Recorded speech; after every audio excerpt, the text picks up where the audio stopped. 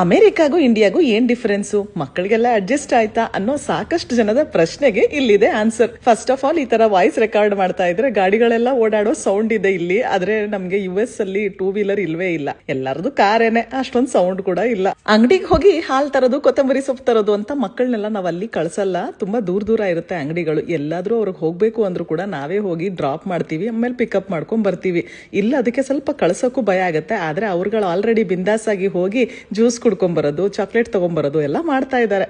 ತಾತನ್ ಜೊತೆ 2 ವೀಲರ್ ಅಲ್ಲಿ ಓಡಾಡೋದು, ಇಲ್ಲ ಅಜ್ಜಿ ಜೊತೆ ಆಟೋ ಓಡಾಡೋ ಸಂಭ್ರಮ ಕೂಡ ಅಲ್ಲಿಲ್ಲ. ಅಮೆರಿಕಾದಿಂದ ಬಂದಿರೋ ಮಕ್ಕಳನ್ನ ನೀವು ಕೈಕಾಲು ತೊಳ್ಕೊಂಡ್ ಬನ್ನಿ ಅಂದ್ರೆ ನಿಮ್ ಮುಖ ನೋಡೋದಂತೂ ಗ್ಯಾರಂಟಿ. ಯಾಕಂದ್ರೆ ಕೈಕಾಲು ತೊಳಿಯೋದು, ಬಾತ್ರೂಮ್ ಅಲ್ಲಿ ಫುಲ್ ನೀರಿರೋ ಅಭ್ಯಾಸ ಎಲ್ಲ ಇಲ್ಲ.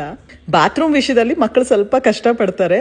ನಮ್ಗೆ ಬಾತ್ರೂಮ್ ಅಲ್ಲಿ ಶವರ್ ಅಥವಾ ಬಾತ್ ಟಬ್ ಅಂತ ಅಲ್ಲಿ ಮಾತ್ರ ನೀರೆಲ್ಲ ಇರುತ್ತೆ. ಇಲ್ಲಿ ಬಾತ್ರೂಮ್ ಇಡೀ ನೀರೆಲ್ಲ ಇದ್ರೆ ಎಲ್ಲಾ ಕಡೆ ಒಂಥರ ನೀರು ಅವ್ರಿಗೆ ಸ್ವಲ್ಪ ಹಿಂಸೆ ತರ ಅನ್ಸ್ತಾ ಇದೆ. ಅಜ್ಜಿ ಮಾಡೋ ತರ್ತರಾವರಿ ಊಟದಿಂದ ಹಿಡಿದು ಬೀದಿಲ್ ಸಿಗೋ ಗೋಲ್ಗಪ್ಪ ಊಟದ ವಿಷಯದಲ್ಲಿ ಸಖತ್ತಾಗಿ ಎಂಜಾಯ್ ಮಾಡ್ತಾ ಇದ್ದಾರೆ.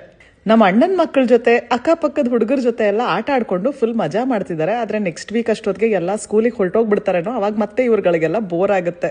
ಅಮೆರಿಕಾಗ್ ಹೋಗಿ ನಾವು ಡಾಲರ್ಸ್ನ ರುಪೀಸ್ ಕನ್ವರ್ಟ್ ಮಾಡ್ಕೊಂಡು ಅಯ್ಯೋ ಇಷ್ಟೊಂದು ದುಡ್ಡ ಅಂತ ಯೋಚನೆ ಮಾಡ್ತಾ ಇದ್ರೆ, ಅಲ್ಲಿಂದ ಬಂದಿರೋ ನಮ್ಮ ಮಕ್ಕಳು $100 ಆದ್ರೆ ಜಸ್ಟ್ $1 ಅಷ್ಟೇನಾ ಅಂತ ಖುಷಿ ಪಡ್ತಾ ಇದ್ದಾರೆ. ನಾವು ಆಲ್ಮೋಸ್ಟ್ ಎವ್ರಿ ಇಯರ್ ಇಂಡಿಯಾಗ್ ಬಂದು ಹೋಗ್ತಿರೋದ್ರಿಂದ ಮಕ್ಕಳಿಗೆ ಇಲ್ಲಿ ಅಡ್ಜಸ್ಟ್ ಆಗೋ ಪ್ರಾಬ್ಲಮ್ ಏನಿಲ್ಲ.